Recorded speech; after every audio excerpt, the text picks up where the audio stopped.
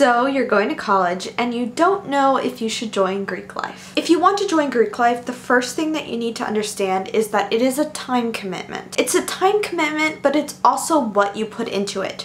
So if you put a lot of time, a lot of energy into making friendships, into joining committees, applying for leadership positions, and just being with your sorority or fraternity, you're going to get a lot out of it. But if you sort of just sign up, do it just for the letters, just so you can get recognition, you're not going to get a lot from it. And at the end of the day, you're not going to enjoy being in that organization. Now, there are so many types of fraternities and sororities. You have the two most well-known, which is the Panhellenic Council and then the Interfraternity Council. But there's also a bunch of multicultural fraternities and sororities. These fraternities and sororities are usually counseled under the National Pan-Hellenic Council and then the Multicultural Greek Council. Now, before you officially join any kind of fraternity or sorority, you need to know two things. First, you need to know your campus culture. Campus culture is the term used to describe the type of society or culture at a given campus. So if you're going to, say, University of Alabama, you're going to find a very southern,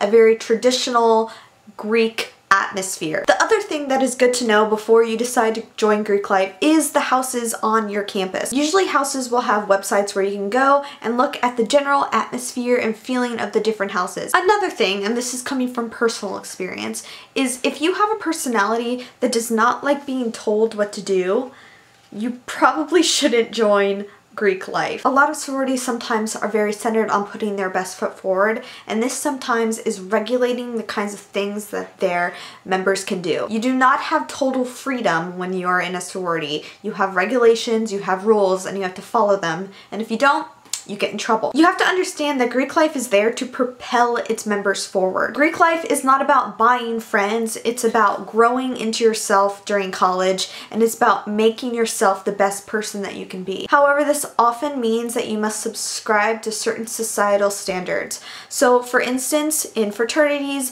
sometimes they like to pump up the idea of being very manly. And women in sororities will often be pressured to look their best and dress the best and assign themselves to what society says a woman should do and look like. This isn't necessarily a terrible thing because it does prepare you for the world that you're going into, but again, if this is not something that you like, I would stay away from Greek life. At the end of the day, Greek life is not a binding contract. You may leave if you want to. There were many times when I was just done with my sorority, and you're going to experience these things because put 200 people together, you're not gonna like some people, and this is just the harsh reality. Overall, I would recommend Greek life.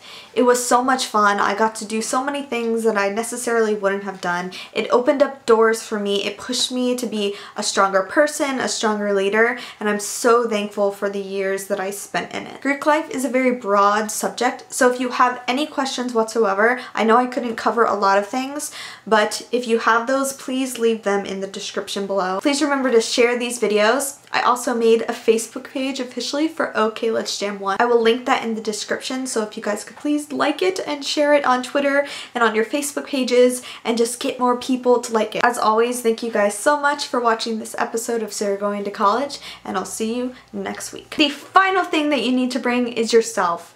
And I'm talking about a positive attitude. This sort of goes along with the first episode. You need to bring yourself with an open mind, a positive attitude, and just relax.